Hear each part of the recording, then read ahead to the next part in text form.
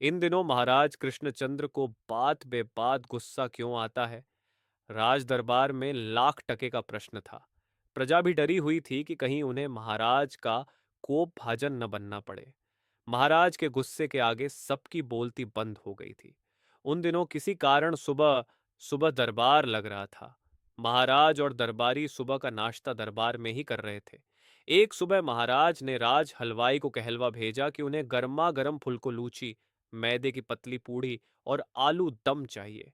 हलवाई ने बड़े ही यत्न से पूड़ी और आलू दम बनाकर दरबार में भेजा, लेकिन महाराज ने यह कहकर लौटा दिया कि पूड़ी ठंडी पड़ गई है। अब तो हलवाई इतना डरा कि काटो तो खून नहीं। दोबारा तिबारा भेजा, लेकिन वही शिकायत। अब हलवाई ने महाराज को प्रसन्न करने की योजना निकाली। उसे स्मरण हो आया कि महाराज तो मिष्ठान्न पसंद करते हैं। क्यों न उन्हें मिष्ठान्न बनाकर भेजी जाए, क्योंकि मिष्ठान्न तो गरम खाने का नियम ही नहीं है। उसने दरबार में अनुमति पाने के लिए संदेश भेजा, लेकिन महाराज को पसंद होने पर भी वे मिष्ठान्न नहीं खा सकते थे। उन दिनों वे मधुमेह की बीमारी से ग्रस्त थे। राज चिकित्सक ने मीठा खाने से मना कर दिया था। क्या मजाक बना रखा है हलवाई ने। वह राजा ज्या का उल्लंघन कर रहा है। वह अपना नियम हम पर लादना चाहता है। महाराज ने तुरंत उसे सूली पर चढ़ाने का आदेश दे दिया। अब तो राज हलवाई के जान के ही लाले पड़ गए। उसने राजा से विनती की कि उसे क्षमा कर दिया जाए। बहुत गिड़गिड़ाने पर राजा ने उसकी मृत्यु की सजा को बदलकर देश निकाले की सजा दे दी। उसे 3 रात का समय दिया गया। 3 रात के अंदर ही परिवार सहित उसे राज्य छोड़कर जाना होगा। फिर ऐसा हुआ कि हलवाई की पत्नी ने राजा के पास प्रार्थना भेजी कि देश त्यागने से पहले उसे महाराज से मिलने का एक अवसर दिया जाए। 2 रातें बीत गईं।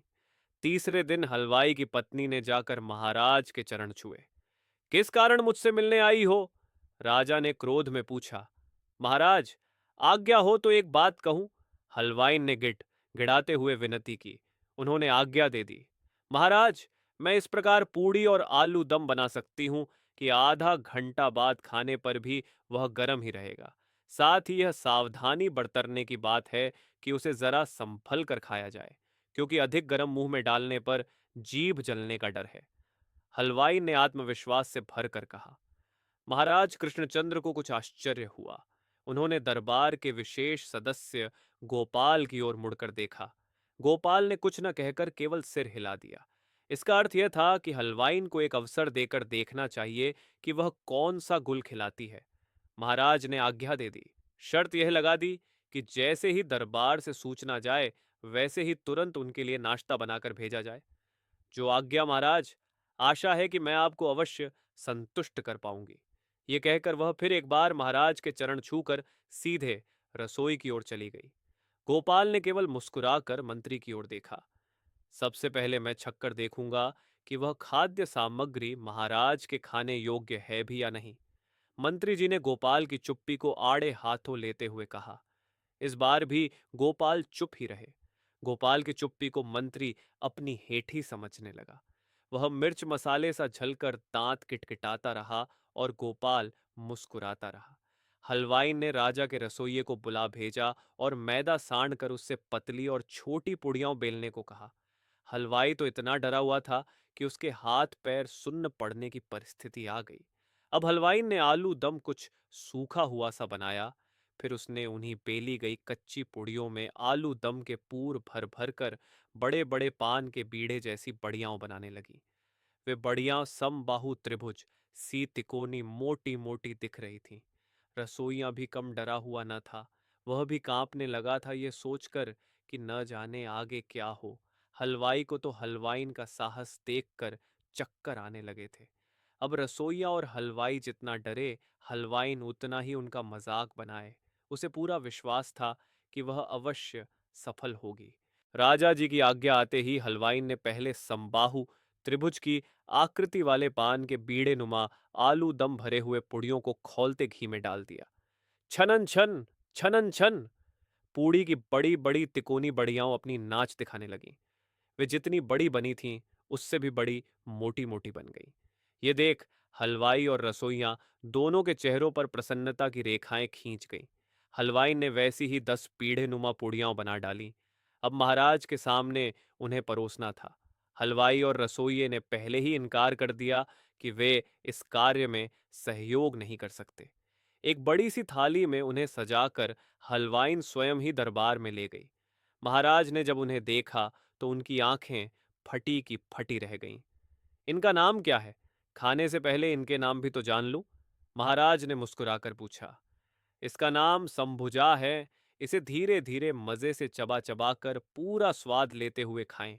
कदापि एक ही बार में मुंह में न डालें, नहीं तो जीभ जल जाएगी। हलवाई ने पूरे आत्मविश्वास से भरकर कहा। नियमानुसार पहले मंत्री जी को छकना था। उन्होंने हलवाइन की बातों को नहीं माना और पूरा का पूरा संभुजा एक बारगी मुंह में ठूंस लिया। अरे ये क्या! मंत्री जी का मुंह तो खुला का खुला रह गया। गरम इतना कि मुंह के सामने हाथ ले जाकर पंखा करने लगे। महाराज तो मंत्री की हालत देखकर ठठाकर हंस पड़े। फिर उन्होंने बड़ी सावधानी से एक संभुजा को तोड़कर उसका छोटा सा टुकड़ा मुंह में डाला। अब तो दृश्य यह था कि महाराज इधर उधर बिना देखे एक के बाद एक का स्वाद लेने लगे।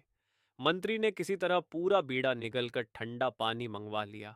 ऐसे समय पर हलवाइन उन्हें कुछ कहती कि गोपाल ने इशारे से मना कर दिया। उसने अब कुछ पूछने का साहस नहीं किया। दरबारियों की आंखें एक बार महाराज की ओर घूम जाती तो दूसरी बार साहसी हलवाइन की ओर। महाराज ने खा खा कर कुछ भी न कहा। उन्होंने केवल यह किया कि अपने गले से मोतियों की 3-3 लड़ियां निकालीं और हलवाइन के गले में डाल दी। तब तक राज रसोई तक सूचना पहुंच गई कि महाराज बहुत प्रसन्न हैं। हलवाइन और 50 संभुजा छान कर ले आई। संभुजा खाने का जो दौर चला तो गोपाल जीभ लपेट लपेट कर मुंह बना बनाकर संभुजा खाने लगा। उधर मंत्री जी का लाल पीला चेहरा देखने लायक था। वे केवल सबको आंखें फाड़ फाड़ कर देखने लगे। इस पर इधर मंत्री जी की जग हंसाई खूब होने लगी तो उधर हलवाइन की बढ़ाई के पुल बांधे जाने लगे। महाराज ने उसे राज रसोई में मुख्य रसोइये की नौकरी दे दी, साथ ही दंड भी वापस ले लिया। महाराज कोई 6 माह तक लगातार इस संभुजा का आनंद लेते रहे। इन दिनों शाम होते ही महाराज के होठों पर हंसी खेलने लगती थी। दरबार में शांति विराजने लगी। जनता ने चैन की सांस ली। यह बात लगभग 250 वर्ष पुरानी है। उन्हीं दिनों कलिंग प्रदेश, वर्तमान ओडिशा राज्य में गिरिधारी बेहरा नामक एक हलवाई अपनी धर्म पत्नी धरित्री देवी के साथ बंगाल के कृष्णानगर राज्य के राज दरबार में आए थे। उन्हें महाराज ने राज हलवाई के रूप में अपनी सेवा में रख लिया था। गोपाल ने भी धरित्री देवी का लोहा मान लिया। उसने भी धरित्री देवी के सम्मान में बढ़ाई के पुल बांध दिए। हलवाइन की समभुजा ही बाद में चलकर समोसा या सिंघाड़ा नाम से प्रसिद्ध हो गया। लेकिन यह दुख की बात है कि धरित्री देवी का नाम काल के गाल में समा गया, जबकि हमारे गाल में अगर सिंघाड़ा या समोसा हो तो क्या कहने। अब आपसे यह पूछा जाए कि समोसे की माँ या आविष्कारक कौन है, तो आपका उत्तर क्या होगा?